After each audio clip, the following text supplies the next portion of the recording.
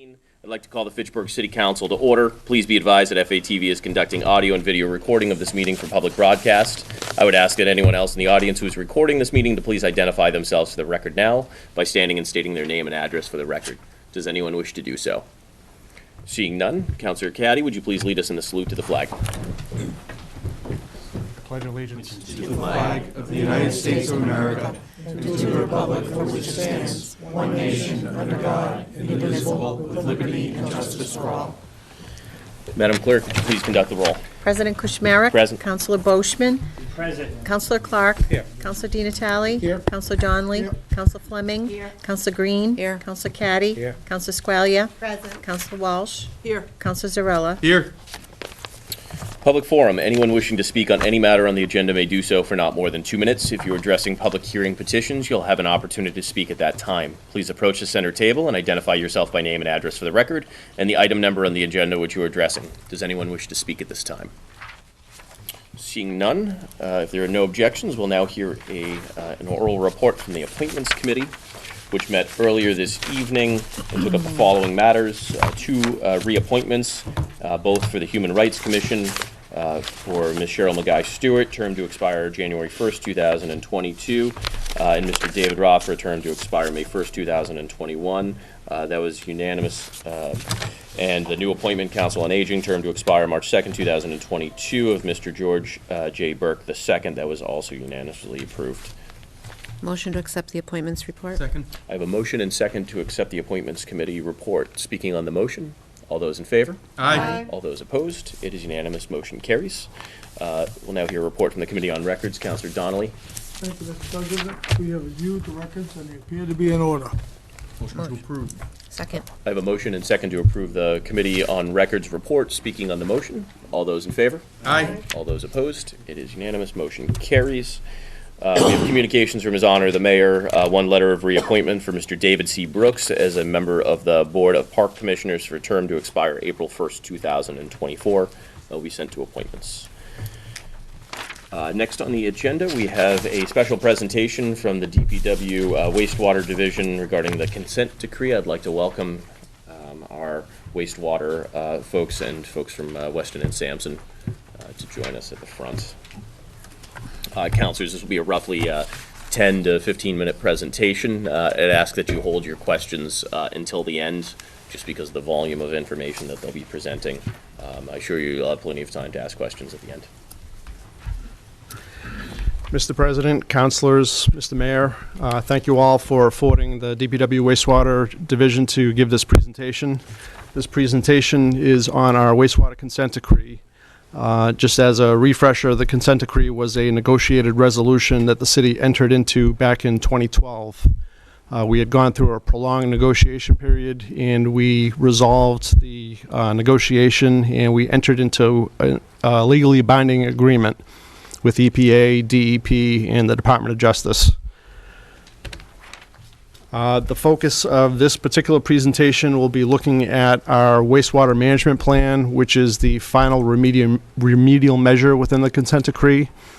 And what this is looking at is what we've done and what we still have to do to come into compliance with the consent decree. The consent decree has an end date of 12/31/2030, and we will only be permitted to get out of that consent decree if we're compliant with the terms of the resolution, which is the consent decree. Looking at the first slide, again, thank you. Of course, I'm Jeff Morosky. I'm the DPW Deputy Commissioner of Wastewater. With me is Frank Occupenti from Weston and Sampson Engineers. Next slide, Frank. What I will do is I'll give a little bit of background on both the system. In this particular presentation is collection system centric. The wastewater management plan has 3 individual submissions, an original followed by 2 follow-up or subsequent submissions. What we're focusing on is the collection system in this first submission of the wastewater management plan. So you'll see in the handouts and on the presentation slide, we're providing background on that sewer system that we're talking about. The first bullet is the amount of gravity sewers we have in our system. We have 131 miles of gravity sewers in our system. That ranges in diameter from 6-inch diameter to 54-inch diameter. Just as a frame of reference, from Boston to the New York state line is about 123 miles. We also have 104 miles of storm sewers within the city's drainage system that ranges in size from 6-inch to 72-inch in diameter. And then we also have combined sewers still in our system. We have approximately 8.4 miles of combined sewers, and combined sewers, of course, transmits both sanitary sewer flow and storm drain flow.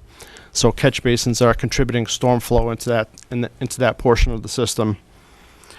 We currently have 11 combined sewer overflow regulators, and what those are effectively purge valves that relieve the flow that the pipes, the combined sewers, can no longer handle. Because of the storm flow, the inflow to that system can exceed the capacity of the pipes. When we began this process, we had 58 CSO regulators, so we've gone from 58 down to 11. And when we started this separation work, we began this back in 2005, and at that time we still had 23.6 miles approximately of combined sewers. And right now we are down to 8.4 miles. So we've had in excess of 60% reduction in our combined sewer system by length. Next slide, Frank. On this slide, it's providing what regulates us, essentially. The first bullet is called our NPDES permit. NPDES is the mechanism that EPA and DEP use to regulate cities and towns in Massachusetts to comply with the Clean Water Act.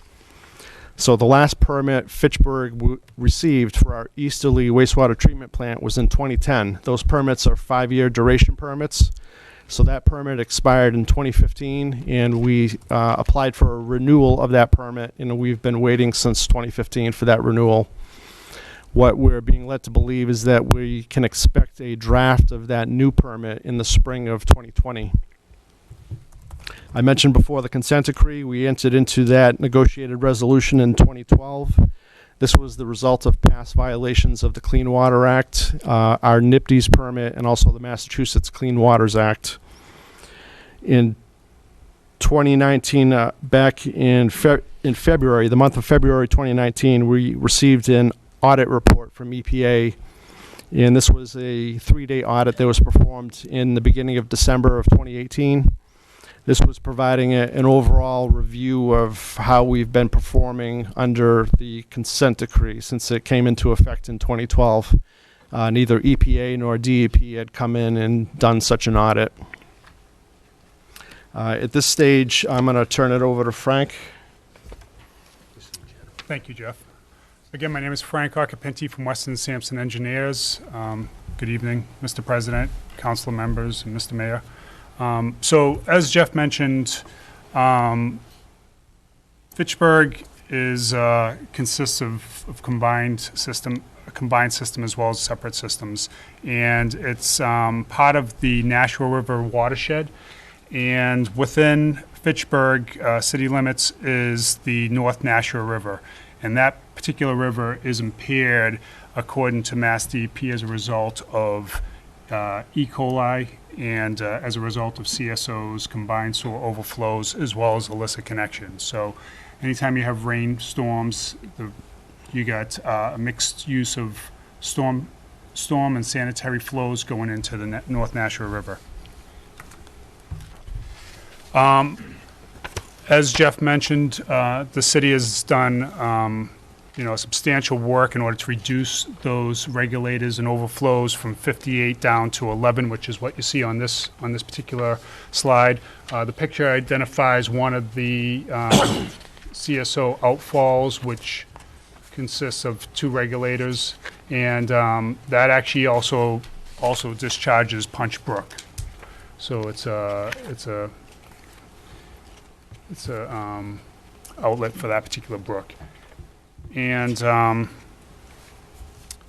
just want to mention, as kind of moving forward, give you a little history about the combined system and what's been done to date, and then what's going on, what's proposed moving forward. So basically, back in 2009, these 2 areas, 3 areas known as CSS 1, 2, and 3, Those were separated as part of that project. Moving on to 2012, there were additional 3 areas, 2B, 3C, and 38, which were also separated. Continuing down to 2015's combined system 4D was separated as shown in the plan. And then 2017, most recently, Beach and Hazel Street sewer separation was performed. So current condition of the system as far as where the separation work has occurred is identified in the gray highlights on those plans, on this plan. Now, basically, the CSO discharge requirements, and according to EPA, you can only have basically 4 discharges to a water body, or 85% of combined sewer has to be captured within the system. However, Mass DEP identifies a Class B water body, with 0 discharges. So, where North Nashua River is classified as a Class B water body, ultimately it can be 0 discharges. So, just to give you a little history of kind of the types of discharges that have been occurring within Fitchburg. Last year was 182 overflow discharges to the North Nashua River, estimated at roughly 31 million gallons, which is equivalent to about 47 Olympic swimming pools. And this bar chart, you can see how that the red line shows the discharge flows from the overflows, and then the blue bar graph shows the rainfall for that particular year from 2012 to 2018. And the discharge of the CSOs is related, obviously, to rainfall. So in 2014, you had over 51 million gallons of discharge. If you go down to comparable years like 2017, after a substantial amount of separation work has occurred, you can see that it's gone down to roughly 12 million gallons with a similar amount of rainfall for that year. And then in 2018, we had well over the average. So that dashed line shows the average rainfall per year, and you can see that there was a substantial amount of more rainfall for that particular year, and you can see that the flows for CSOs has gone up as a result of that. So it's, again, CSOs are proportional to rainfall. So looking at the requirement overview for, as Jeff mentioned, related to the NIPDES permit, 3 key topics is permit limits for the wastewater discharge, combined sewer overflows, which includes implementing a 9 minimum control, and also meeting state and federal regulations. In addition to that, they also want you to control combination manholes. So a combination manhole is basically a manhole that's shared by both the sewer and the drain, and there could be some transference between the two. The sewer system requirements in relation to the consent decree includes sewer separation projects specifically to 2B, 3C, and 4D. It also identifies to continue operation and maintenance of your system through sewer evaluation survey, and also doing a hydraulic assessment to identify the capacity issues and concerns with the sewer system. So that would include a hydraulic model and a capacity assessment. And then a wastewater management plan, which we'll get into at this point. So the wastewater management plan, really 2 key components of that, and one is to basically meet seasonal phosphorus discharge of a 0.2 limit, and that's related to the discharge of the treatment plant to the North Nashua River, and a lot of that work, upgrades to that plant is underway. And then the second thing is the CSO discharge requirements, which is, again, related to the NIPDES permit. And the key to that, those CSOs discharges, is there is a term limit on when those have to be resolved, and that is December 2030. So some of the things that you have to look at as far as dealing with the CSOs is, again, EPA's 9 minimum controls, which I won't get into on that. But there's also three other components that you have to really look at as far as how to deal with your CSOs. And really, that's looking at either trying to store that CSO volume within your system, one way or another, treating that discharge, that would require an additional treatment facility that has primary treatment, and then the third component would be elimination, which would be a result of source separation. So that's kind of something that we focused on based on looking at doing a cost analysis, and the total separation work that we're looking at for the remaining source system is roughly $36 million. And here you can see we did a quick analysis over the years on what that relates to. And in short, it's considered affordable to DEP if it's under the 2% mean household income, which in this case, based on calculation, it is. So source separation is the right path moving forward. So preliminary implementation schedule will include kind of looking at, again, you can see the gray was the existing work that has taken place to date. The next priority would be looking at CSOs 739 and 48, which would include Clarendon Street. That work is currently underway as far as the investigation and design. And Just as a quick aside, we strategically chose to do that separation area because it was within the same area where MassDOT is doing bridge replacements on Water Street. There's a bridge going over the Nashua River that MassDOT's replacing, and then there's also a bridge going over the railroad tracks and over Boulder Drive. So MassDOT is looking at doing those projects, and there are CSO outfalls that are associated with the river bridge. Thanks, Jeff. The second priority proposed would be 32, 45, and 83, continuing down to CSO 10, which you see in green. Priority 4 would be outfall 4, followed by 41 and 76, and then finally outfall 64, which is really the largest of all the CSOs, but everything, all the other outfalls are upstream of that, so all that other work would have to be done first before you kind of tackled 64. As far as a preliminary implementation schedule, this is what it would look like. So you can see the highlights in blue is the preparation work in order to do the field investigation in the design. The green identifies the construction period, and then the gray would identify post-construction monitoring. So that's basically going out there doing sampling to confirm that all the separation work was effective and you have no illicit connections within your outfalls. So, and this would kind of, again, working backwards to try to meet that 2030 deadline. Before you go on, Frank, this preliminary schedule was put forward expressly with the intent of having the 100% separation completed by or before the December 31, 2030 consent decree deadline date. We are still looking at the sequencing and how projects would be grouped together, and also the cost implications of these projects.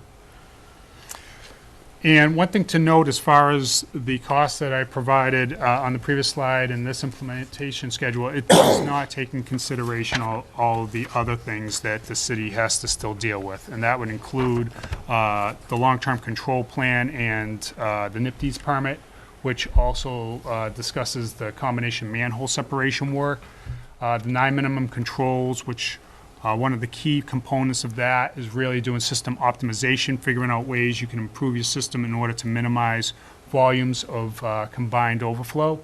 And then in addition to that, you have upgrades to the Easterly wastewater treatment facility, which again is underway. And then you also have to deal with your eye control plan and operation and maintenance of your sewer system.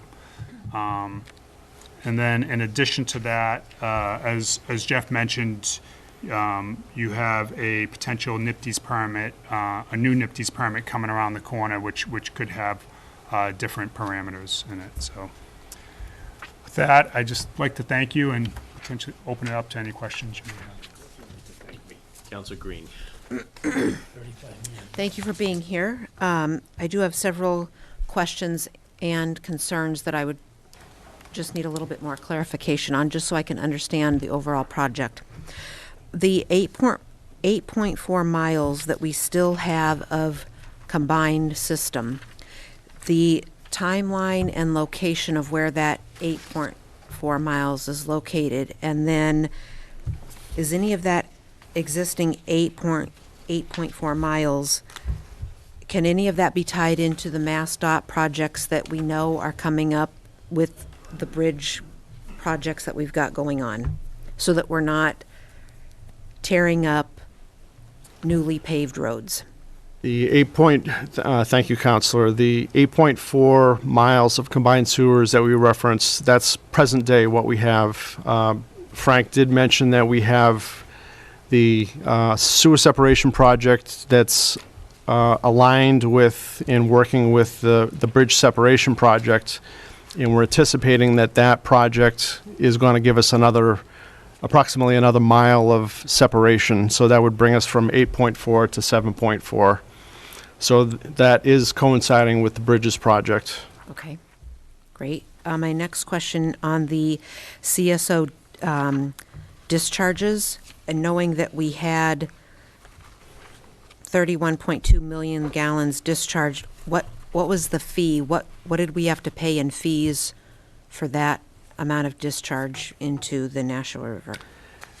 We didn't. Based on our NIPD's permit that we currently have, we've got monitoring and reporting provisions, and we have flow meters that are situated at all of our combined sewer overflow regulators. So those meters register when flow passes out the CSO regulator, discharging to the environment. So we're able to track and quantify, and that's how we were able to determine what this volume is. So the permit has that provision within it in the current permit, but the consent decree is pushing us towards an operation and an enterprise that doesn't have combined sewers. That's really where this is moving us. Okay, and I believe maybe one or two of my last questions. The Mass DEP CSO controls as options.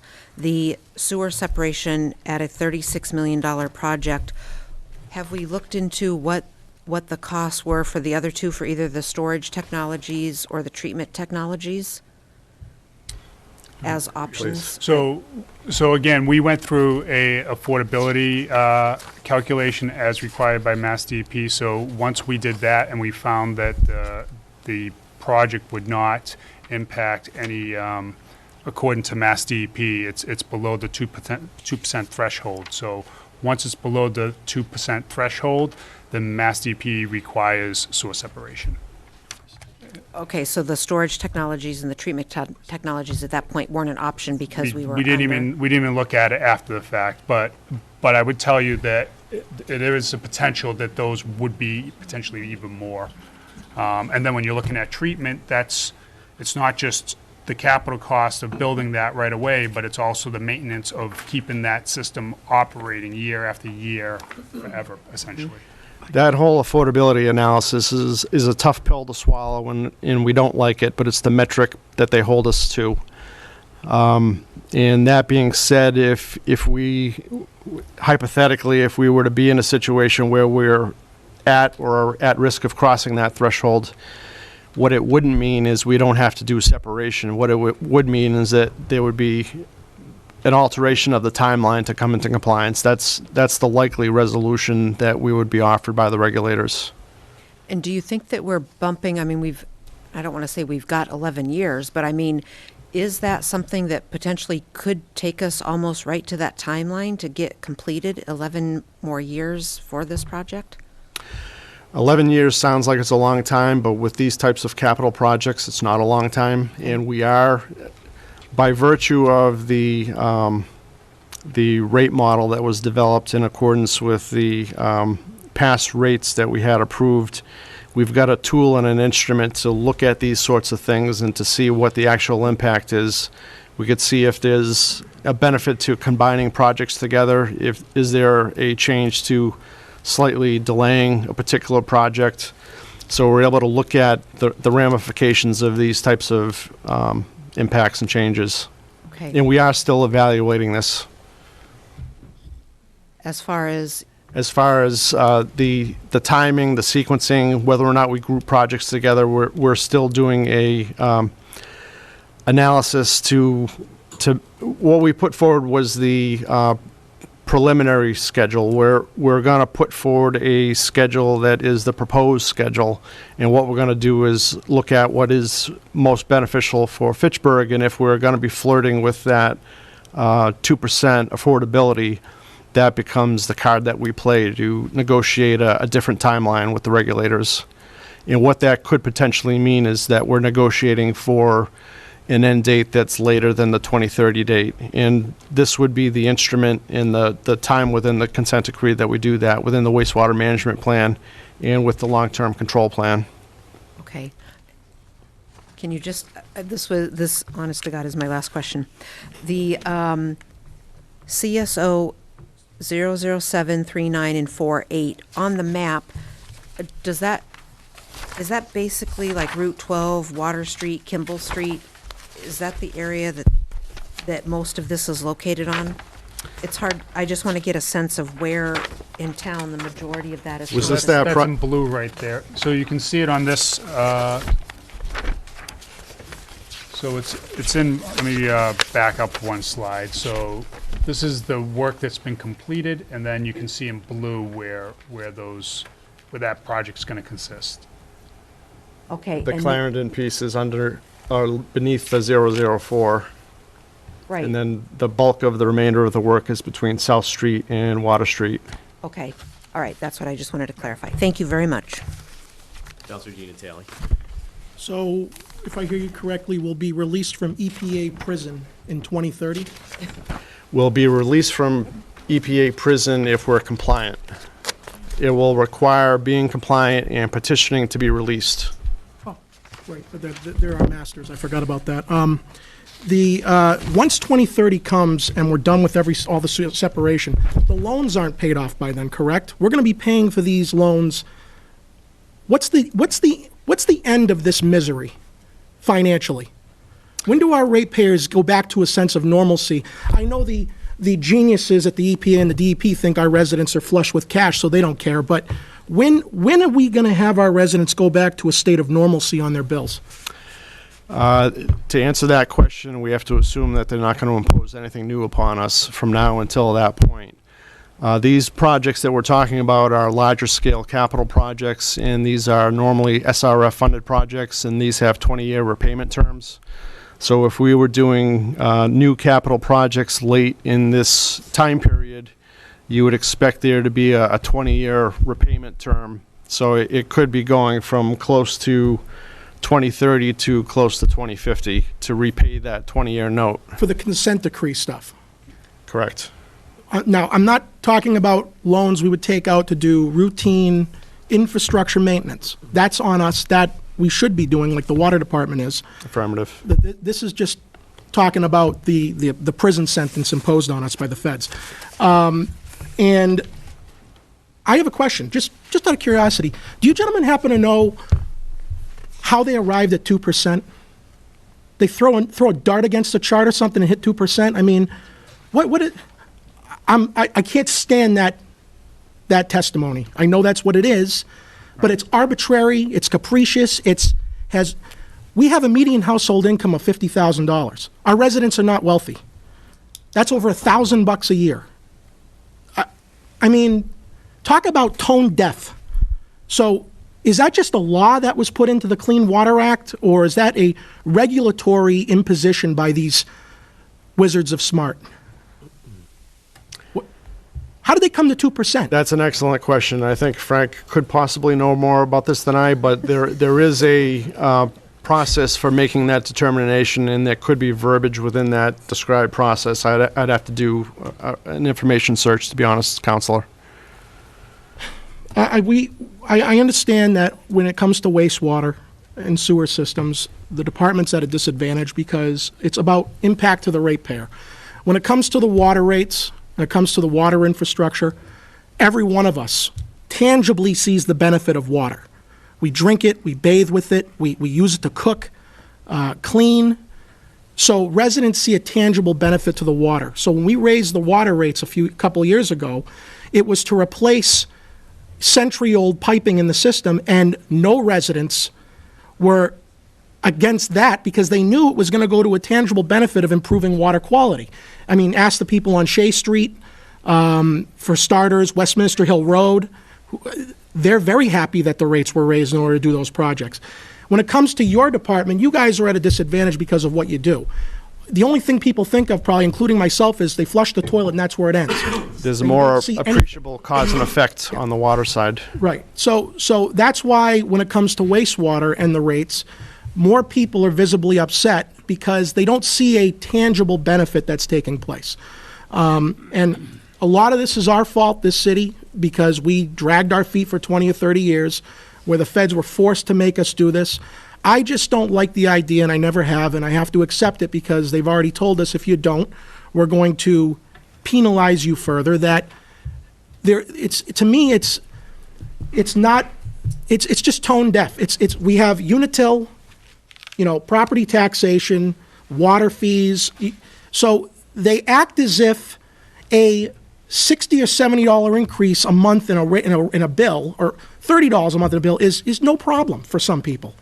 I mean, it's not a problem for many of us, but it's a problem for many of us. And I just can't, it drives me crazy when I hear that 2% testimony, because it doesn't sound like there was any thought given to it. It's just something they threw against the wall to see if it stuck, and so when they imposed these increases, when we first did them 5-7 years ago, maybe, when it went up like 67, 70%, I remember the regulators, or I think it was Weston and Sampson, saying, well, I mean, the EPA said that's okay. I mean, if your bill goes up 2/3, because the EPA says you can afford it. Oh, really? Well, that's coming from people who don't have to pay it. So, great for them. This is the biggest problem I've always had here, and people construe what I say to mean I don't agree with the project itself. I don't believe we should be dumping these things into the river. I toured the facility. It is a tremendous operation over there, and it was very educational, and I wish residents across this city would have tours would go to tours at this facility to see exactly how wastewater impacts their daily life and where the water from their house goes, how it's clean and sanitized, and then where it exits and why it's important. But I just didn't like the insensitivity and the tone deafness of the feds in the state doing what they did. I know they have justification because we were partly responsible for this, but they wanted us to do it in a truncated window because we dragged our feet, and they didn't care a whit how it would impact residents. So when do we expect, gentlemen, the next round of rate increase? When's the current schedule expiring, or when's the last year of the current schedule? The past rate the past rate petition, I should say, that was voted on and approved was a 5-year rate, and we are looking at exactly what we're talking about right now to see what the ramifications and impacts are. When we brought Ty and Bond on board, they were brought on board before Weston and Sampson was brought on board for this particular phase of the work, which is the wastewater management plan. The wastewater management plan is looking at everything that we have to do and what we still have to do. So we're going to have to look at, again, the rate model, and we're going to have to make that evaluation with what we have. There will be another increase. That's guaranteed. It's guaranteed. And those rates will stay in effect until at least 2030, if not beyond, because we still have to pay the loan, or are we going to have retained earnings after 2030 that we'll be drawing off of to pay the principal and interest payments after that point? The nature of what we put forward and had approved with the previous rate package that was voted on by council was done in such a way that it was taking where we were with that inflated retained earnings and decaying it down. Right. So if we, for whatever reason, we wanted to leave it at that super high number, the rates would have been different numbers. So what we were doing is spending that down, and that afforded a lower escalation of rates. That was, So I'm all for retained earnings. I remember there used to be some counselors, actually, they're not here anymore, that did not like the concept of retained earnings. They thought that that was the city sitting on money that the ratepayers should get back. You should have a comfortable reserve account in these enterprise funds in case you have emergencies or you have capital needs. So I'm not advocating that whatever you guys come up with, we draw the retained earnings to zero. I think there should be 5 or 10% in there that we maintain as a healthy number. What I'm trying to get a better picture of, and I guess it's preview of coming attractions, you'll know more later on, is from now till 2030, what do the rates look like? And then after 2030, what is going to happen, given the fact that we're still paying off these loans beyond 2030? There is an expectation among the population, right, wrong, or indifferent, that once this whole decree is satisfied, there will be some rate relief of some kind, whether it's 2%, 5%, after this is over. And I have that expectation too. Now, I understand in your department, you guys have other needs beyond the consent decree. You've got equipment needs, you've got piping needs. I know there's infrastructure in our lines that are failing. You have to fix those. Those I don't have a problem raising rates on, because that, again, like the water, is a tangible benefit that we can explain. But I'm more interested to see what the rates are going to look like after this decree is satisfied. Is it going to go down a little bit? I don't expect it to go precipitously down, but I'm hoping it's going to go down marginal over time, because we're not taking out tens of millions of dollars in loans anymore. So the difficulty with that, and I appreciate where you're coming from, the difficulty with that is the further out you try to do these projections, the lower your level of certainty becomes, and we don't know what's going to happen from this point until that point. So we would have to couch that answer with a lot of presumptions. So you can give us at least the next 10 years, though? From now until 2030 or 20, or just 5? I mean, what are you working on right now? What's the time horizon on your next report to us on what you will anticipate the rates having to be? How far out? Well, right now, I believe the rate takes us through 2023, and we'll be looking at what we're talking about right now just to make sure that we don't have adverse impacts, or that we have to adjust the timeline of this so that we don't have, so we're not skirting that affordability. And I know you hate that 2% for affordability, but that's the metric that we have to work within. It just flies in the face of what our people have to pay overall. And it is the most frustrating subject to talk about with ratepayers, because we have to vote on these increases without any scintilla of an option. We have to do it. And the city is to blame, yes, but it's so difficult to explain why it has to be done. And the only way to assuage their concerns justifiably is to let them know that, oh, this is all because of a specific decree. So the thought process is, once that decree is over, it'll come back to a level of normalcy, or somewhat close to it, but it certainly won't stay at the highest level it's at. And I don't think anyone in this room has that expectation. But, so, that's all I wanted to say on that. I appreciate the work that you guys are doing. I know your whole business is run on permitting and EPA and DEP mandates. I don't even know how you guys stay on top of it, quite honestly. And what I fear, I'm a glass half empty guy, these two agencies are going to come up with some other new regulation in their boardrooms. Hey, you know what we can do next? And they're not going to care, because they're not paying it. But it's got ecological and environmental benefits. Oh, yes, to the tune of $50 million.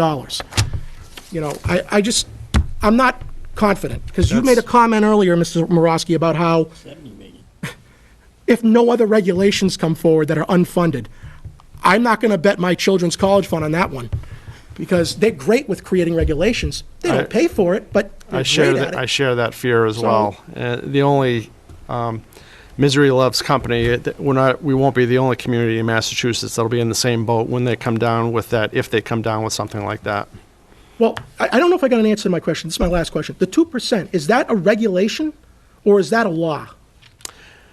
Is that just a benchmark, or is that a law in? It's a prescribed methodology that EPA has. For more specific information on that, I would have to go into a history search and provide that to you I'd be curious to subsequently. know if that's actual law or that's just a regulation that they cooked up because it was maybe they like the number 2. I don't know.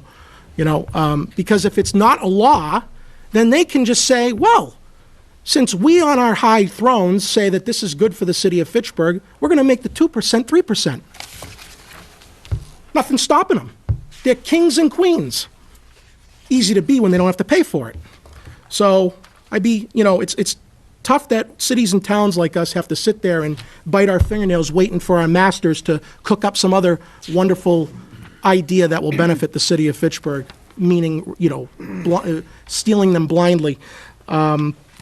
So I look forward to the analysis you guys provide, and I pray to God we don't have any more unfunded Band-Aids at least for the next 10 years. But I'm not as smart as these people, so I'm sure they're strategizing now on what better ways to improve our lives.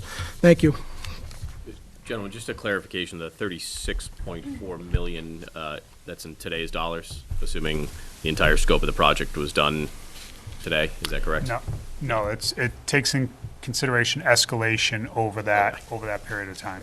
All right, thank But you. it's also separation exclusive, and it doesn't deal with rehabilitation of existing sewers or installation of replacement sewers. These types of things are often within a project footprint. And what we're talking about is separation specific with those dollars. Are those, we'll call them ancillary damages and repairs factored into your operating budget at this point, or are you saying there'll need to be an additional annual increase in budget from here through the point of conclusion of this project? How would you answer that, Frank? Well, I think portions have been considered as part of the overall rate, phase 1, for example. Right. But there are, until you do some of the investigation work, look at it as kind of like maintaining your car until you run into those problems and realize what's wrong. You don't know how much it's going to cost to kind of maintain it. You can estimate setting aside a certain amount of budget depending on the year of your car, and as the sewer continues to deteriorate, it's gonna require maintenance. So Just for clarification. Our luck with these kind of things, I hope we're estimating beyond what a normal percentage might be. I think we generally assume I hope we're assuming worst case scenario in a lot of this, because we often find that's the case with our infrastructure. Do you have a general percentage that you factor into the overall project for these ancillary? it all depends on communities, but part of the scope of looking at the source separation will include kind of looking at the overall system. Thank you. Councilor Fleming. Well, several of the questions that I was going to ask have been asked and answered, and one you possibly can't answer, but my thought was, what is the probability of a new EPA rule coming up after we finish this in 2030? I mean, like Councilor Natale said, they're always coming up with something. It's difficult to forecast what they may or may not do. If they were to do anything, it would be added onto our requirements outside the consent decree. We'd still be obligated by the terms of the consent decree. Now they're imposing something new onto us that we would have to comply with. But in terms of forecasting, is it likely or is it not likely, we really can't say that. What we can say is that they do not make their requirements less stringent than they currently are. They will never do that. We can't go from a certain criteria level in a permit and have it become more lax.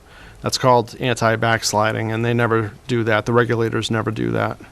If anything, they're going to make things more stringent or add new things to worry about. And just adding all these regulations, all these requirements are tied into the Clean Water Act. So if you're not, violating the Clean Water Act, then they're not going to be able to enforce anything that's not related to the Clean Water Act or violation to that. All set, Counselor. Counselor Squalia. So, just to overview, the problem is that we have sewer connecting in with our storm, and then during large storm events, it goes into the river and pollutes the river, correct? Correct. A very tiny sprinkling would have very minimal impact on the combined sewer system, and it wouldn't likely trigger an overflow through one of these release points. But what it does do is it sends a storm into our primary treatment, and secondary treatment facility, so we're also treating stormwater. That is correct. Until we separate, Completely separate issue. You're correct. We are treating stormwater, and I'd rather not be treating stormwater. I'd rather be treating wastewater at the treatment plant. And when we get these wet weather events, rain events, our flows zoom up above what normal flow is during dry weather events, and it forces us to bypass around our secondary treatment phase, and it makes us less compliant with our operating permit when those things happen. So if Because we... it discharges right into the river. Right. What happens is, not to get too into detail, but our secondary treatment system, that's where the bacteria are, that's digesting organics. We can only fit a certain amount of flow through that, or else it causes damages to that process. So anything above the top amount that we can treat through that secondary system has to go around. That amount that goes around still receives primary treatment. It still receives disinfection, and we negate the disinfection with a chlorine deactivating chemical. So there is still treatment. Even that piece that goes around secondary still gets treated, but it's not treated fully, and that's the issue. And that's at the Easterly Treatment Facility, but for the 11 CSOs, those get just charged directly into the river? That's correct. When a rain event exceeds the pipe capacity that can be transmitted to the treatment plant, that surplus amount escapes into the river. So that's an intermixing of both sewage and rainwater. And so here on your third slide, it says the Nashua River impairments.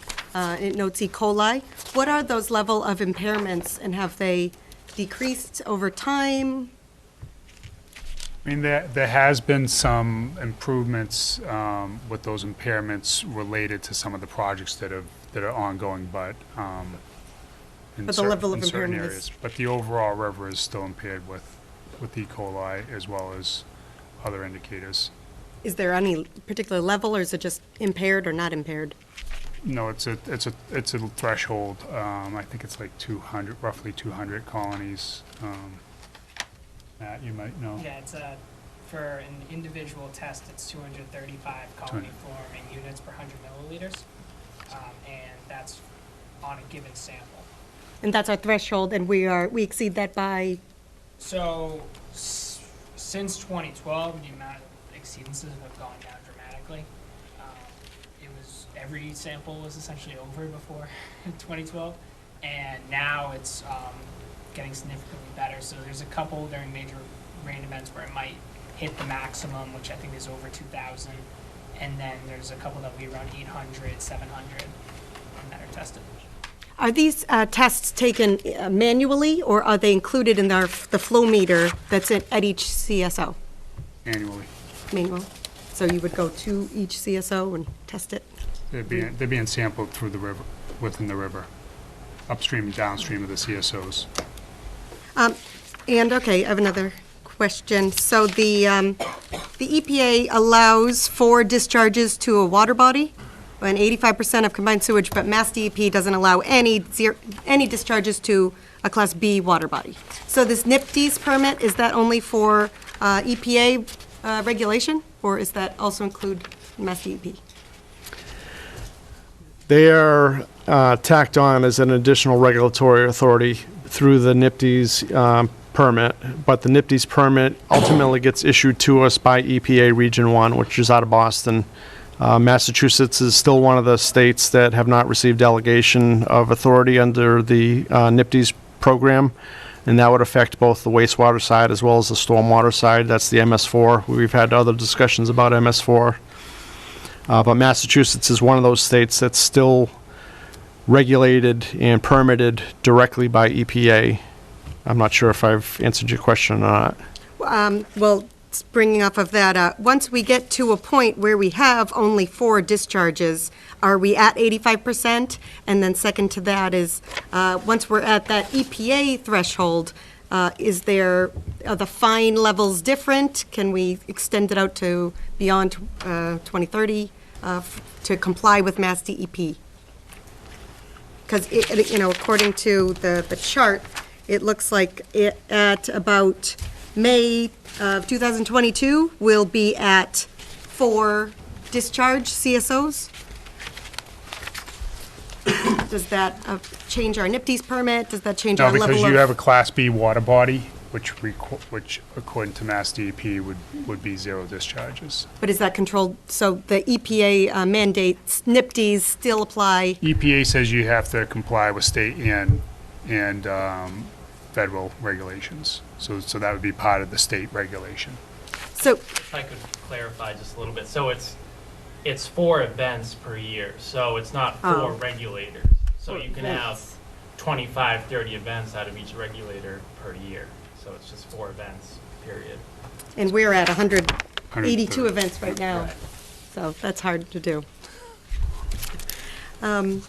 The rate increase that we have already agreed to and proposed through 2023, does that take into effect this preliminary implementation? Does it cover, is it basically taking care of 032, 045, 083, 010? Or, This wasn't put forward until after that rate was put in and after that rate model was developed. So we're evaluating that right now. The very first one, which was priority 1, the first project there, that was incorporated in. So that's definitely in. And now we're looking at what we still have to do and what the ramifications out of that are those. I'm kind of butchering my words here. The effects of those other projects and how they're timed and when they're sequenced. but we knew all of this that needed to get done when we did the rate increase, so all of this should be somewhere in the planned rate increase for 5 years and then come back in 5 years for another 5 years, correct? That was part of the effort of the waste. That was part of the effort of the wastewater management plan, is looking at the overall cost for the additional implementations and the scheduling.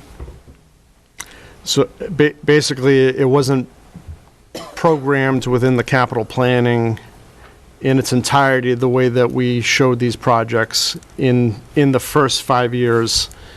We were anticipating that many of these projects would be occurring at the transition phase from this 5-year chunk to the next 5-year chunk. So now we're taking a second look at this, and will there in fact be an adverse impact as it relates to that 2% affordability? And if it were, then we would be making an appeal to have the timeline adjusted so that we stay within that threshold, that affordability threshold. But worst case scenario, the schedule that we approved last year or so, do we, right now with our completed wastewater management plan, or preliminary wastewater management plan, do we think that we're going to have to increase more than we did, or more that our 5-year plan, 10-year plan was? We can't say that at this time. That's being evaluated. Okay. And one more just simple question. The goal is to get to 0 CSO outflows, right? That's the goal, 0 CSOs at all? To comply with the Class B designation of the North Nashua River, that is the goal. Thank you. Gentlemen, I just want to clarify, a lot of talk and questions about, overflow events and, discharge. I want to reassure those at home and those who are also downstream from us beyond Fitchburg's borders, there's no cause for concern or alarm, for those who are within the natural water watershed, if you will, for health and safety. Is that correct? There's no immediate cause for concern based on what's happening in these overflow events. We don't get into health forecasting. When a wet weather event happens, it does mean that there is a intermixture of stormwater and wastewater that's going into the river. People shouldn't be fishing after a rain event. People shouldn't be going for a swim after a rain event. Those types of contact with the river, our residents shouldn't be adding that exposure level, if you will. Okay. But as I said, we're not in the business of health forecasting, what the ramifications are or what the likely impacts are from a health perspective. And there's obviously relevant state agencies that monitor health and safety levels for those both within our city boundaries as well as beyond. This particular subject is actually a hot subject on Beacon Hill right now, and I know a number of state senators and state representatives are getting on board with bills that are being put forward for legislation. Some legislation was put forward in the previous legislative session, and it didn't get through the process before the legislative session ended, and now it's being revisited again. A lot of this was triggered by the fall 2017 event, I think, where in Andover, Massachusetts, there was a sewage pump station that lost power, and there ended up being a release of a significant amount of sewage into the Merrimack River. And that was kind of a snowballing type of, or an event that moved this legislation to start being put forward by in the State House. So it is something that we're keeping a close eye on, and we are aligning ourselves, and we are networking with the other large treatment plants along the Merrimack River. So we are all very interested in how that proceeds forward. Thank you. Councilor Boschman. Jeff, I want to verify, let's see if I get this right. We spent about $35 million so far, and you're adding another $36 million more? So a total of almost $70 million total for water surge? That is approximately correct on the collection system side. And don't forget, the consent decree is not just collection system, it's also treatment plant. Right now, we're going through a secondary system upgrades project, and that's almost complete, but that was a large capital project. That was a tough pill for me to swallow because I had to come back before council because we were underfunded relative to the spending needs of that particular project. Waiting in the wings after this project is done is another large capital project associated with phosphorus. It's called tertiary treatment. It's a polishing treatment step. And that particular project is targeted to get our phosphorus discharges down to and below our NIPD's permit level for phosphorus, which is 0.2 milligrams per liter. Okay. Now, I'm not going to go into that much detail because I got to read up more about this. I just got this straight. But I want to ask you, President Trump just signed a bill, just recently, as a matter of fact, it made the front page of the paper about the scenic Nashway River. Is that going to affect us in Fitchburg, what he built? He talked about the Nashway River and what his goals were for Nashway River and how he wanted people to be able to walk on the side of the Nashway River, put their feet in the water, go in there and swim and everything else. I'm not aware of this. It was a bill that this past was put out by Markley, I believe. You have Compatre. Who would that be, Counselor? That's Representative Markley in Boston out there. Oh, yes. I'm still trying to figure out where the Nashway is. The Nashway River. Oh, the Nashwa. Oh, I'm sorry, sir. That's quite all right. But I'd just like to know. I'd have to see what you're actually talking about, Counselor, and I'd have to look into it. All right. And the MS4 program won't have no bearing in this? MS4 is our urbanized area in the stormwater infrastructure within that urbanized area. There's a lot of confusion. A lot of people think that wastewater is also stormwater. Most people have that mistaken conception because when we separate a sewer, we're normally putting in a drain. So there's an association that wastewater is also the stormwater people, and we're not. Okay, that's it. That's all we get. Thank you, gentlemen. Thank you, Thank you. councilors. You want it, yeah. Next on the agenda, Finance Committee meeting of March 12th, 2019. Counselor Di Natale. Thank you, Mr. President. I wanted to start by thanking you for filling in for me. I was out ill, and it was a very well-run meeting, and thank you to the committee members for their contributions.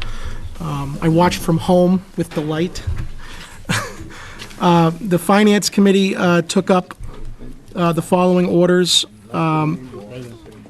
Before he starts reading them all off, I'd like to pull 052-19 off of the finance, so we Counselor, won't is it- vote at the whole package. Is that in the form of a motion? It's a form of motion. Second. I have a motion and second to accept the Finance Committee report excluding 052-19 Can we also exclude 5519? and 55-19. Speaking on the motion, all those in favor? Aye. All those opposed? It is unanimous, motion carries. Move to approve the committee's report on 5219. Second. I have a motion and second to approve the committee's report on 052-19. Ordered that there be and hereby is appropriated the sum $160,000, same to be charged against available funds and credit to Airport Capital self-serve fueling station account for the purpose of installing the self-serve fueling station at the report, and the recommendation of the committee was that it be adopted by a vote of 3-1.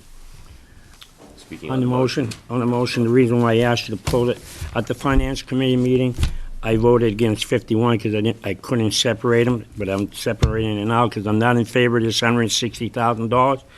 I still maintain that so far this year, we have given the airport over $300,000, and they're not done yet.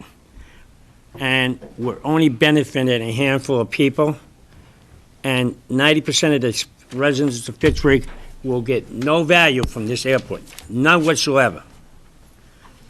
And I'm one of them, and I think it's, unless they come up with a better plan, and I still believe, and I keep on saying, they can make cutbacks, and they haven't made all the cutbacks necessary, and this is where I'm voting against $160,000 to be appropriated to the airport.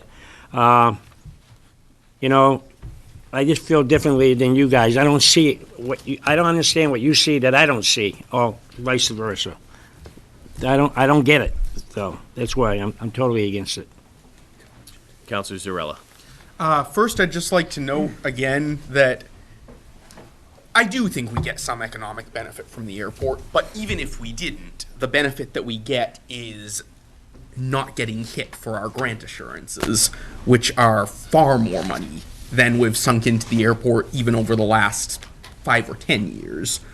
But secondly, on the subject of cutbacks, I'd just like to point out that the reason the airport got in a hole in the first place was, in the past, not under our current administration, failing to keep up with maintenance and improvements and so on, which resulted in it being partially decertified by the FAA, which resulted in fewer flights, which resulted in a budget shortfall. If we were to cut back, if we were to force them to cut back on either their expense budget or their employee budget, that would invite further shortfalls of the same sort down the road, and it'll just turn into a spiral. We'll be getting hit for more money down the road rather than helping them get to full solvency in the short term. Counselor Di Natale. Councilor Boschman said he doesn't understand what any of us see in this. We all must be missing something. I grow tired of hearing ad nauseum from certain people why the airport has no value to the city nor to the region. This is a subject where, and if my colleague, Mr. Zarella, would allow me, the statement made that there was gross mismanagement of the airport prior to Mr. Ellis's time for many, many years. Had nothing to do with the airport upgrades. Whether there was sound management or not, the mass scale of capital improvements going on at the airport would have triggered all of these spending requests anyway, not maybe the $100,000 to cover their deficits, which was due to this mismanagement in the past. But those deficits that we've covered in the last 2 years and in the next 2 years are because the airport's ability to generate revenue is not being met because of all the projects going on. It's like if you own a restaurant and you've got to shut down for a month to do mass renovation. You lose revenue. But you have to do the renovation in order to stay in business and generate more revenue to go forward. So the airport's deficits in the last couple of years and in the future are because there are things they're not able to do that were the primary source of their income. Because of these projects, the runway expansion, the land acquisition, the trees being removed, the widening of the runway, the terminal building, the self-service fuel station. There is so much going on down there that is impeding their ability to make money. So we're keeping them afloat until they get those projects done. I've always said that the argument about management of the airport would be legitimized if after these projects are done, the airport is still running short every single year. Then I'd start to have a problem with that, because that's not how these projects were sold to us. The other problem with this subject is that people can't seem to understand, and this is what you can't seem to understand, is the federal and the state aviation services are giving us tens of millions of dollars, and we're on the hook for a tiny fraction of it. All the money we've already accepted for this location, I know you guys don't like to hear this, but we can't turn it back now. The airport is here whether you like it or not. And we have to do our responsibility in funding it while it's going through this mass renovation. I don't understand why we continue to even debate why the airport should be in existence. It's a non-subject. It's here. It's not going away. Now, we would be doing ourselves a disservice by making it even worse over there by not matching these grants so they can get those improvements done. So I want the public to understand that. This isn't a run-of-the-mill, oh, the airport's got a ton of money and they're mismanaging it. That is not what's happening here. And I will point out with facts that there was a statement made that there haven't been enough cutbacks. Since 2009, the airport has seen their budget drop by 35%. More than a third of their budget has been reduced in 10 years. There's no other department I can think of that's seen a 35% reduction in their budget in 10 years. So the argument that there hasn't been cutbacks is not factually correct. And, you know, I feel bad for the employees of the airport who have to sit here or watch the meetings all the time and hear some of us bash that institution when these are city employees too, union employees, and they got to hear every day how the airport has no value to the city that they work for. Not nice. So this is necessary. The feds are giving us, how much are they giving us? $640,000 the state aeronautics division's given us. We're matching it with $160,000. Would you prefer we spend $800,000? We need the self-service fuel. We have to be competitive. These subjects kill me. We're always behind the eight ball on preventative maintenance and on routine capital maintenance and on thinking ahead to improve our revenue streams so we never have to have the taxpayers subsidize this place again. Because if we don't do this, that's what will continue. So, just so the public knows, it's not because of mismanagement. It's because there are things going on there that are impeding their ability to make money. And until this is over, it's going to continue. And if you don't like the airport, and if other people don't like the airport, contact your federal and state legislatures. I did. And tell them to stop giving us money. Thank you. Councilor Donnelly. Thank you, Mr. President. I'm not here to look for a cutback. I'm asking the city of Boston, who runs the Boston Airport? Massport? Mass DOT. Worcester Airport. Who runs the Worcester Airport? Mass DOT. Massport. Point of order. My comment is, I don't think that council's qualified to run an airport. I don't think the city's qualified to run an airport. No, years past, I think that the drift was to try and close the airport. I'm not trying to close the airport. I'd love to see the airport open and prosperous. I don't think it's being run the right way. I don't think anyone here sitting here is qualified to run it.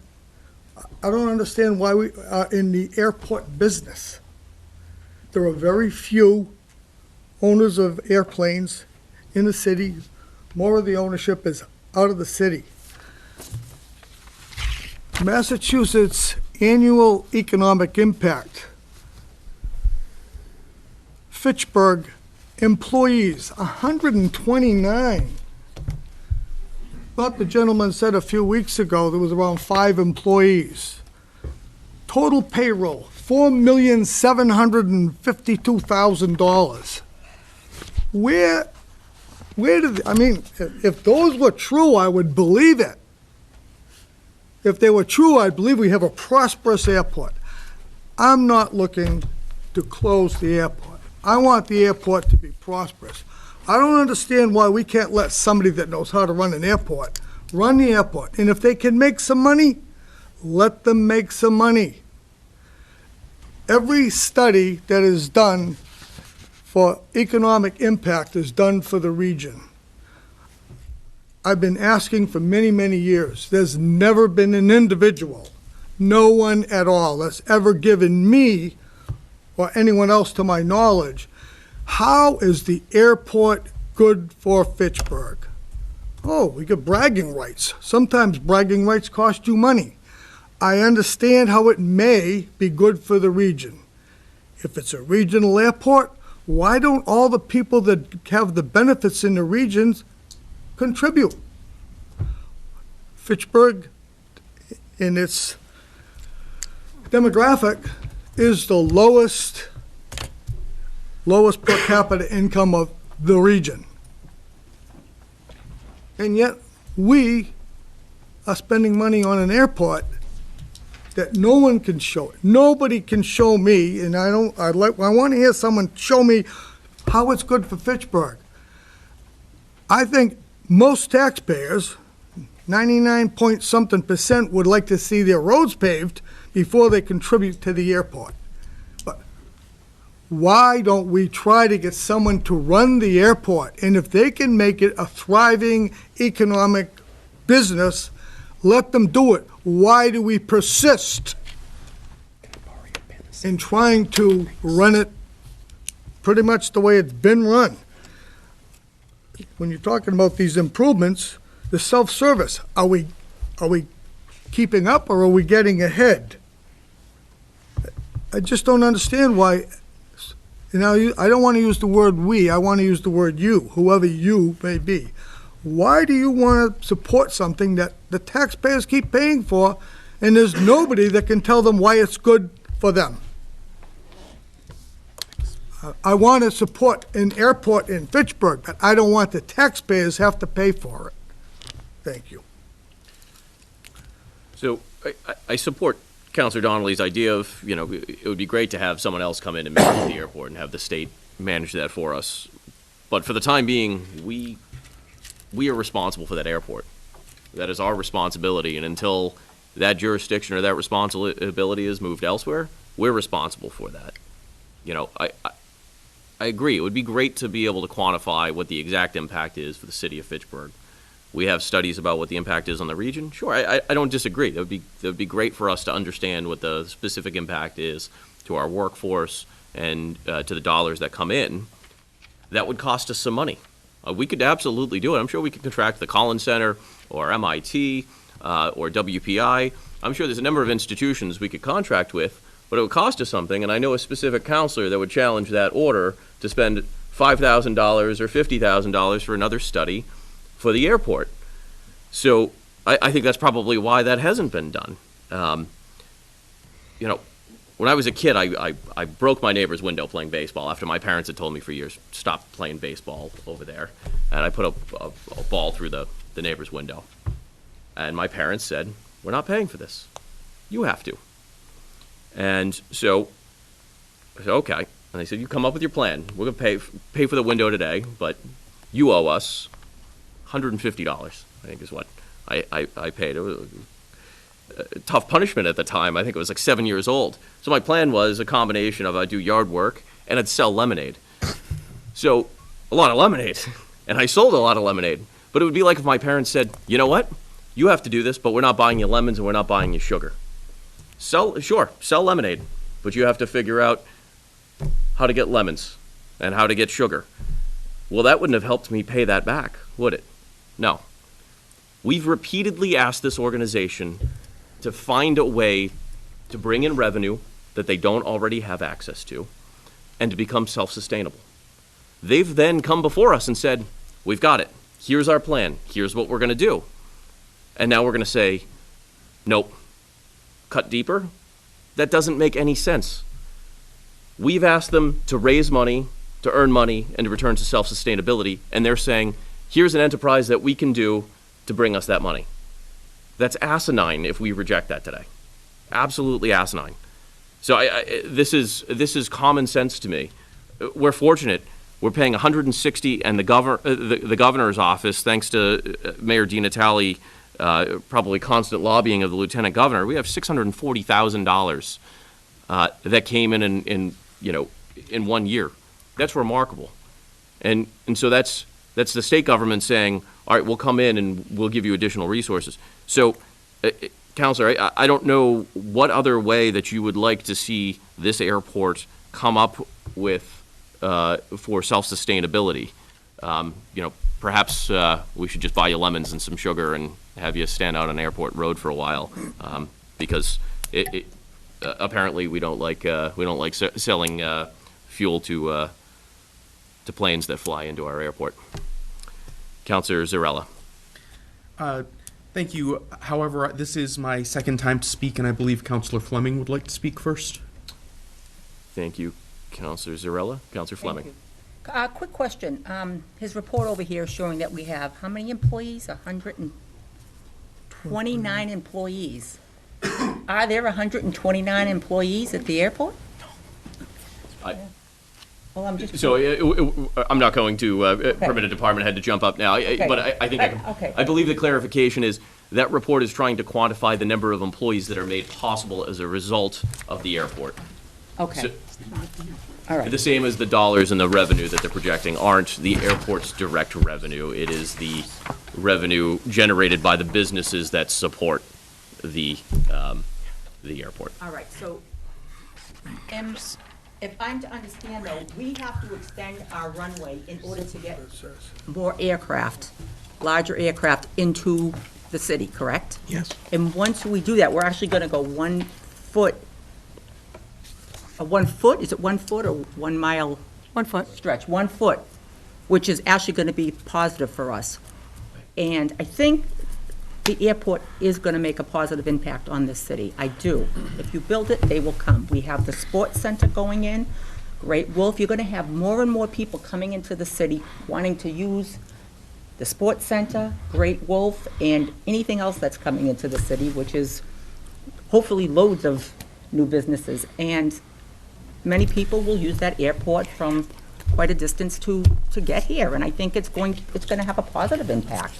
I think you have to spend money to make money, and I just think that's where we are. I think it's a good thing. And most people I speak to think it's a good thing. I mean, there are a few that, there's always the skeptics, but at one time it was used a lot. That's all. I just want to make a comment, not, Councilor Zarella. Thank you. First, I just want to thank Councilor DiNatale for making the point I was trying to make with better details and deeper analysis. I don't disagree. Then, as to some of the points that Councilor Donnelly raised, I agree. It would be nice if we could get either, the state to chip in or the surrounding communities to chip in. It's just that's not something we can vote here at the council. We can't vote to send Mayor DiNatale or Councilor Boschman down to Leominster City Hall to march into Mayor Mazzarella's office and say, you're going to give us money for this now. We've got no leverage. They've got no reason to say yes. So I agree that it would be great if that was an option for us. But I'm looking at this among the options that we can actually vote here as a council and make them happen. And the only viable one there is to help the airport to become viable. As far as I know roads were raised, I just want to point out the amount we spend annually on the airport, correct me if I'm wrong, but I don't think that would pave a mile of road. Point of information? No? Okay. I could be underestimating slightly, but my point is it would not make a dent. And lastly, it is true, a lot of the people, I think it's true at least, that a lot of the people who have planes at the airport and who use the airport are from out of town. But as I see it, that's a good thing. That means people from out of town are coming into Fitchburg with their planes or to fly their planes out, and that at least some of them are going to go our direction down Airport Road when they get off their plane instead of the other direction, and that's more business in the city.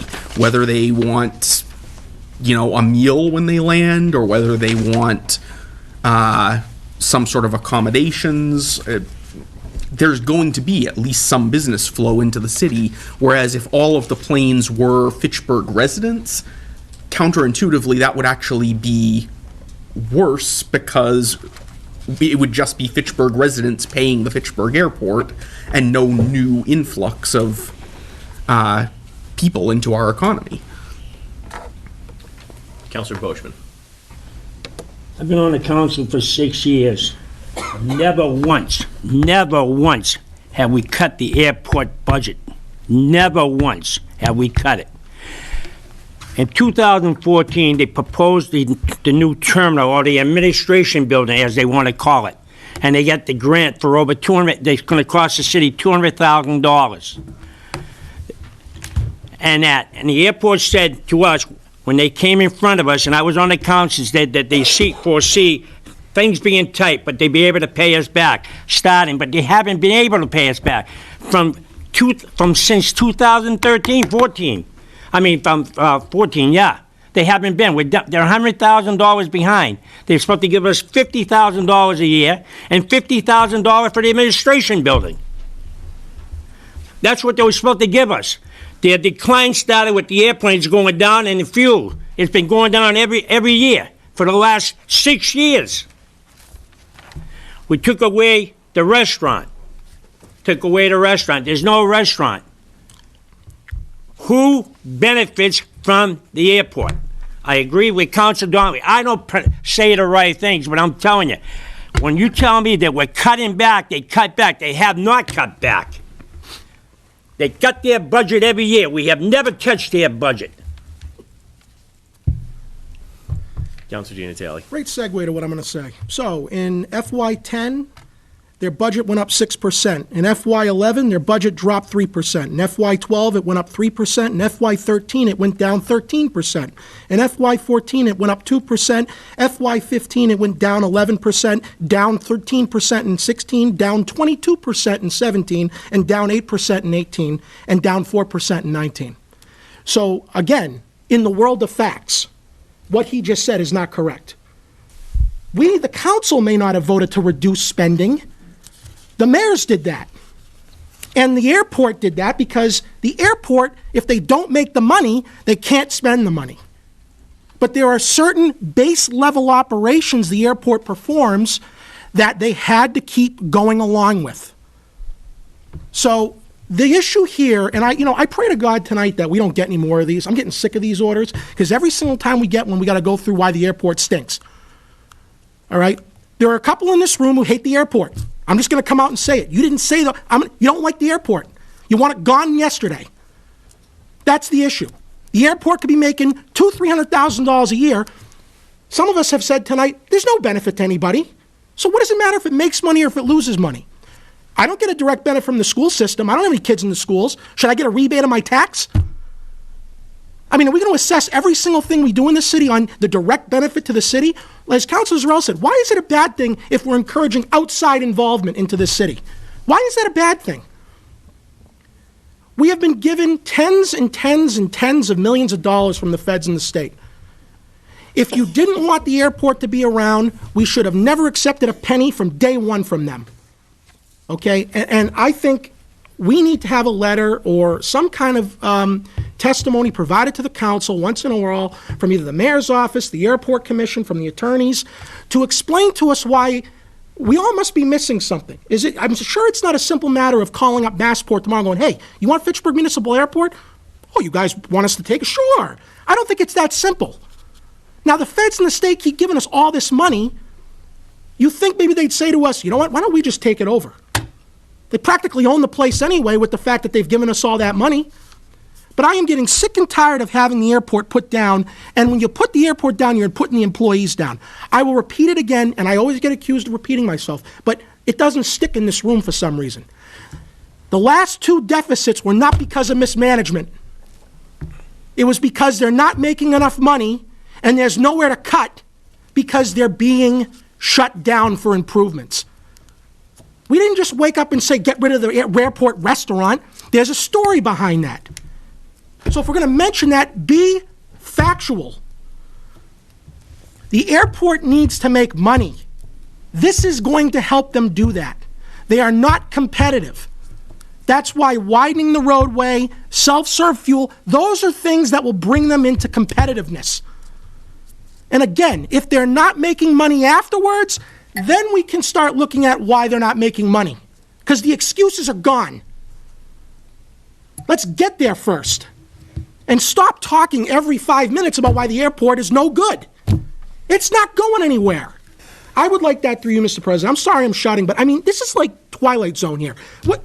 Can we please get some kind of a communique, Mr. Attorney, through you? Can we get something from the city explaining to us why the airport, we own the airport, why it's not clear cut and dry about ownership changes? I mean, there's got to be some legal and legislative and bureaucratic hoops and ladders we'd have to run through and climb up in order for that to even be possible.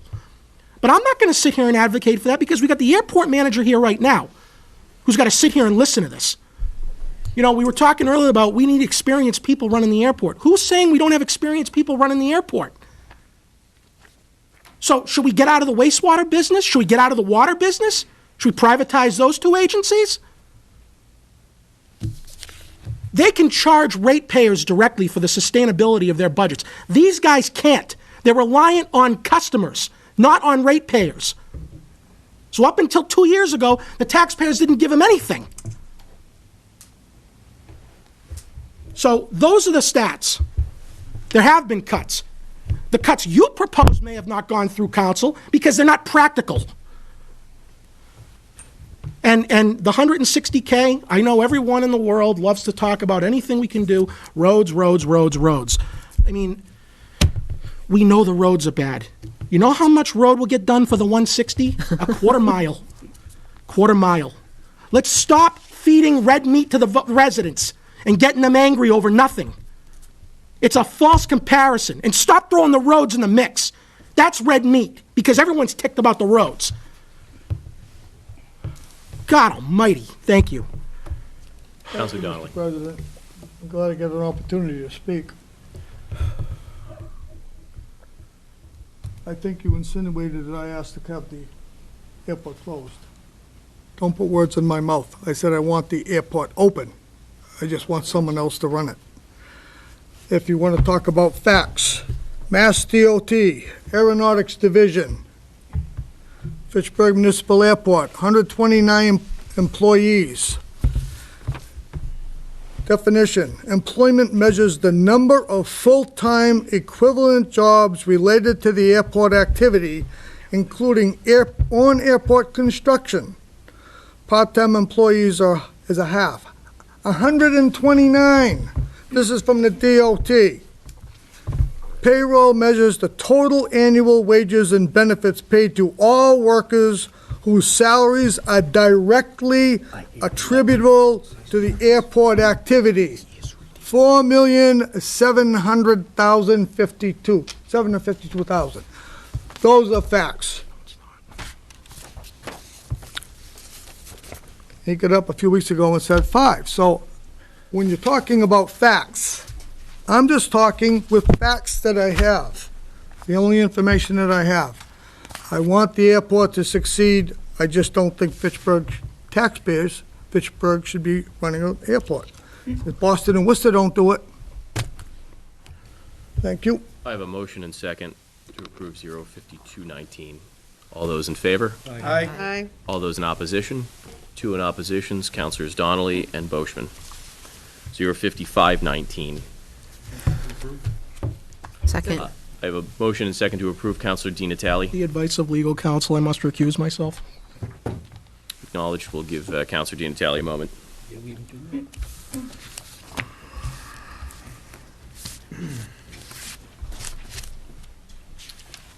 I have a motion and second to approve 05519. Speaking on the motion, Councilor Squalia.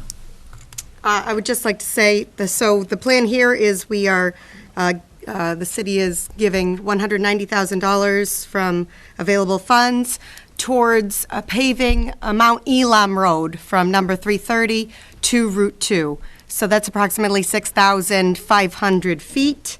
And so the total cost of that, we are planning on putting $190,000 from our available funds, in addition to $450,000 from our Chapter 90 funds. So the total amount there will be approximately $640,000. The total miles is 1.2 miles. There are 5,280 feet in a mile. So that's $530,000 per mile, just for clarification on that. I'm all for the city giving additional funds on top of the Chapter 90 funding. I am a little concerned with using 1/3 of our available Chapter 90 funding, $450,000, on this one stretch of Mount Elam Road. But I do approve of giving 15% additional total of our Chapter 90 funding, which is $190,000, about 15%. I approve of that, adding that into the mix. But I would personally like to see smaller portions be done, like, for example, Airport Road. The entirety of Airport Road on our main roads that have a PCI of 50 and under. Airport Road is a PCI level of 16. That's from Bemis Road to Crawford Street, and that road I get the most amount of complaints about. Airport Road, bar none. Lately, it's been Airport Road and then Electric Ave. But with Mount Elam, I get some complaints, but largely they say, but then we'll just get the speeding. But Airport Road, the point is, there's about 3,000 feet, so it's about half the amount of feet total that we're doing for Mount Elam Road. So you could theoretically do 2 roads for Mount Elam, or cut Mount Elam in half and do Airport Road.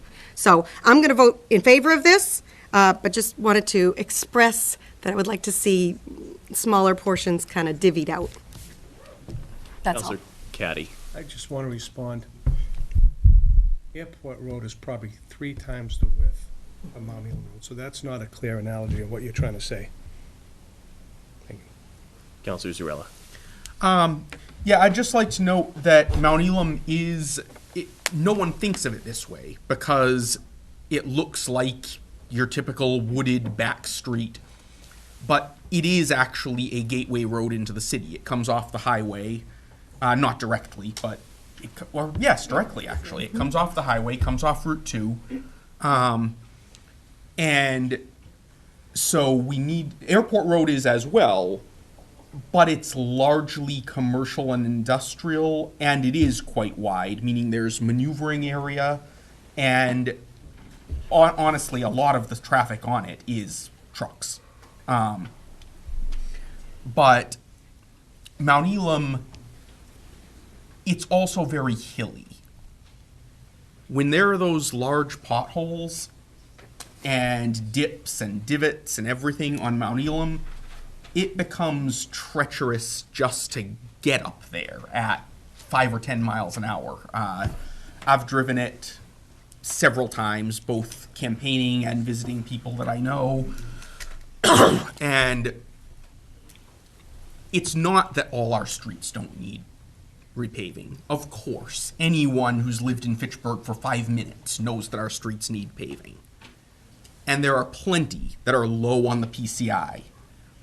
Mount Elam happens to be at the very bottom of the list, or just about, according to the DPW.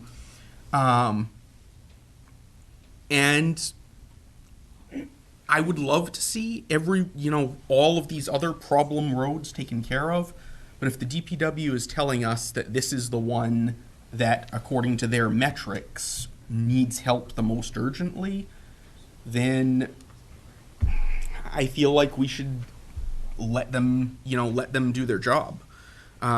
Just let them make that call unless we have a, really compelling reason to second guess it. That's my take on it. Counselor Boishman. When I was on the finance committee, when I started here, I remember sitting at a meeting, and the counselor to my right told Counselor Chris Merrick, Counselor Green, Counselor Boishman, and the new counselors that we're not going to put petitions in to pave roads. We're going to leave it up to the experts, and they're going to go by a system. But they're going to do, I was under the impression that they were going to do the roads that were heavily traveled the most. So when I found out, and I'll be honest with you, when I found out they were going to do Mount Elam Road, I says, and I didn't even go and fight for my own ward, because I was going on to the basics of what I was told. Heavy traffic roads were going to be done first. I've been told that for 6 years. Heavy traffic roads were going to be done first. So here I am, advocating. And I looked at it as a piece of pie, and there's 8 of us in the hole. And somebody took one extra piece out, there's only out of 7. So my mother has to share that pie. That pie has to go with 7 people. So I said, how better way can I benefit my residents in my ward? So vast majority drive up Mount Elam Road. I said, well, maybe if they pay from Mount Elam Road, up to Electric Avenue to Mount Elam Road, and pay from Mount Elam Road down to the Knights of Columbus on Electric Avenue, because it's bumpy as hell, and right now you got to go in the left lane because you got all kinds of scabs in the right lane, and that I know because I drove it today. And so I said, well, maybe that road. And then I said, what better way? Then I go and I said, Laurel Street, not my ward again, but my residents come up that way to go home to get to 2A and 2B. And it's like going on a roller coaster. Boom, boom, boom, boom, boom, boom. So I said, wow, we should be doing Laurel Street then, because it is a heavy traffic road. Then I look at Warren Square. Counselor, I could list every road in my ward as well. I know, I understand that, sir. I'm sure you have a point. I'd like you to make your point, but please spare it. In every one of us ward councilors, we can go down the list of every road. I'd ask that we don't do that. All right, okay, but Counselor I'm not Boishman, the floor is against yours. appropriating this money. I'm going to vote for it, Joe. I voted for it the last time, and I'm not against it. But tell me what the system is going to be. What is it? Is everybody going to stop on red when the red light comes? What is the system? That's why you'll see a petition in next week, so we know what roads are going to be paved from now on. Counselor Squalia. I'd just like to clarify a little bit. So when we have a main roads list, and this main roads list is a little bit arbitrary. It's main roads. And to Councilor Boishman's point, we do have a list every year that gets put out somewhere around July by our DPW of roads they expect to be paved in the next year, and roads when they expect to pave them, and then they have a little bit of a future kind of list, and the list's a little bit arbitrary because we don't have a specific pavement management plan. So when you say roads the most in need, it's kind of arbitrary because these are main roads. What's the determination of the word main? Somewhere along the line, it was determined that Mount Elam is a main road, not necessarily the most traveled road, because the metrics are length, PCI, when it was paved, when it was seal coated, and where it goes to. And so the PCI is also dependent on where the length of it, so some things are a little arbitrary. So most in need is not necessarily most in need. For example, the main roads list, I remember I looked at this and I said, well, where's Williams Road? Williams Road is in horrible condition. And I was told, Williams Road is not a main road. This list is for main roads. And we have been directed to focus on main roads. Now, so we're focusing on main roads, it's been determined that Mount Elam is a main road, and so that's kind of the arbitrary decision. But we don't have a pavement management plan, and when it comes to heavy traffic, that's not really on the list. What's on the list is whether it's a main road or not. And I'd just like to clarify again, with the entire plan, we're doing main roads, but it's under my understanding that we're also doing some back roads every year in addition to trying to focus the bulk on main roads. Thank you. So there are other cities and towns that go through the politicization of paving roads, and we could do the power contest on which ward councilor wants to fight best for their road, or which city councilor is going to fight over where they live and who gets more phone calls, or where the mayor might want the road paved, or where I might want the road paved. We don't do that in this city, and that's a good thing. We have one of the best engineers and commissioners of public works in this state, and he manages the process along with Gary Withington and his staff. And he's also looking at everything else that's happening, from water improvements, wastewater improvements, areas where accidents are coming in. There's a whole bunch of other factors that we're not looking at. None of us are civil engineers around this table, are we? I don't think so. I know that they have civil engineers. I know that they work hand in hand with civil engineers. I know that they specialize in living and breathing our city's roads each and every day. I never want to get to a point where it is a contest of who exerts more influence around this table as to whether or not our residents get roads paved. I am so sick of having this conversation. Councilor Caddy has been the Public Works Committee chair since I became a city councilor, and he was abundantly clear. If it ever goes that way, I not only don't want to be a Public Works Committee chair, but I believe you were like, I'm done on the council the day we get to that point. And that was a bold stand right there, and it set the tone for how we conduct ourselves around roads. And I think that's the tone we want to continue in this city. I don't think we want to politicize our roads. If we do, maybe I'm wrong, but I know I don't want to be a member of this council the day we start picking and choosing and exerting political influence over who gets to drive down which roads. I think that's I think it's asinine. I think it's unethical. I trust the department heads, and I trust the people who specialize in this area and devote a career to this area. That's how I want things done. With that said, I'm happy to ask for a communication with the specifications for the general things that our DPW considers, and all of the different factors that play in to how these roads are repaved. So I will request a communication for all the multitude of factors that come within consideration before those are done. That said, I have a motion and second to accept 05519. All those in favor? Aye. All those opposed? It is unanimous. Motion carries. Orders, finance.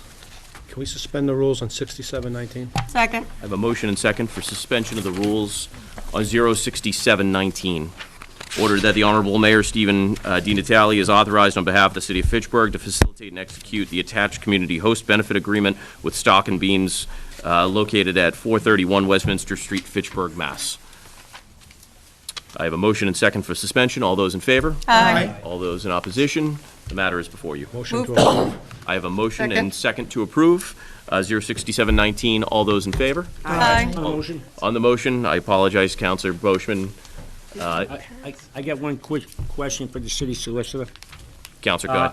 And then we can go right to it. You don't have to do it. Counselor. The only thing I want to know, of all these places we have approved, could you get a list of how many employee they hired from the city from Fitchburg so far?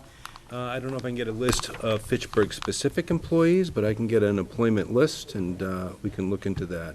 All right. We could at least make that request, One of the main Counselor. drivers, Counselor, is also supporting social equity concepts that's in the marijuana statute. And so that's causing a broader search for employees as well. Okay. But, Counselor, I'm happy to make that request, and we can work to get that data the best All right, part. and then the other thing, I just got one question according to this. Counsel, I will say, 100% of these entities have been housed in the city of Fitchburg and are redeveloping your Fitchburg buildings. I understand that. Thank you. Counselor Boishman, I was reading this thing today, and I just got one question. It says the employees will be able to deliver the product. Yes, this is a transportation company. Oh, What it they're is a going to be transport- doing, yeah, their function will not be to cultivate or to sell it. The function will be to transport it. Okay, that's all I wanted to check on. Thank you. Thank you. Counselor Green? Would it be possible to have an update on the host agreements that we have in place, and specifically what each of those facilities will be as far as, are they manufacture, distribution, transportation, just so we know how many. I know 8 is our magic number for establishments, retail establishments, but I would like to know where the process we are as far as what else is going on in our buildings. Medical and adult use. Correct. Okay, understood. Thank you. I have a motion and second to approve 06719. All those in favor? Aye. All those opposed? It is unanimous, motion carries. 6919. 06819, ordered that the Airport Commission be authorized in accordance with MGL 90, Chapter 90, Section 51F to lease said parcel for a period of more than 20 years to the city of Fitchburg as outlined in the enclosed lease agreement. Councilors, do we want to pass that tonight or send that to Finance? Send it to Finance. Move we send it to Finance. Second. I have a motion and second to send 06819 to Finance. All those in favor? Aye. All those in opposition? Is it going to be, and this is just a point of clarification, and pardon me if it's not correct, that's a little vague. A lease for more than 20 years. So there'll be more formal language that'll be Okay. given, and a formal communication is attached with that order. So we'll have a chance to get all of the specific details at the Finance Committee. Orders other. I vote against that. Thank you, Councilor Squalia. All those in opposition? One in opposition, Councilor Squalia. Motion carries 10-1. Suspend. Orders other. Motion for suspension on 6919. The hearings have already been held and the petition was granted, so therefore we don't need suspension. We can Move just. 6919 be granted. Second. I have a motion and second to grant 6919. Speaking on the motion, all those in favor? Aye. All those in opposition? Motion carries. It is unanimous. Move 7019 be granted. Second. I have a motion and second to grant 7019. Speaking on the motion, Councilor Green. Again, just for clarification, that it says that additional licenses or additional license, does that mean that the number of our alcohol license will then increase, or it will still be, because again, remember 8 is our magic number that we're basing everything on. So does this mean that, Yes, this will be an additional alcohol license. This is an additional alcohol license to that specific vendor over and above our current cap. Point of information? I do recall asking that question when it first came up, and it was confirmed that that will not actually increase the number of marijuana licenses. It doesn't push us over the hump to 9 in terms of percentage. Did that answer your question, Councilor Green? it did, but only, is it, because it's not going to put, we based our marijuana on how many alcohol licenses we had or have, and now we're bumping up to 9, and that won't directly impact? No, we're not bumping up. No. We're adding one more alcohol. It rounds it up to 8. Yeah. We were rounding, yeah. So this doesn't change our factor. Okay. We're previously calculating on the same number. Thank you. I'm good. I have a motion and second to grant 07019. All those in favor? Aye. All those opposed? One in opposition, Councilor Boishman. Ordinance is 7119. Move 7119 be sent to its First reading. first reading. Second. I have a motion to send 07119 to its first reading, enrolled, ordained, and advertised. Speaking on the motion, all those in favor? Aye. All those opposed? It is unanimous. Motion carries. 072. 7219 and 7319 be sent to their first readings.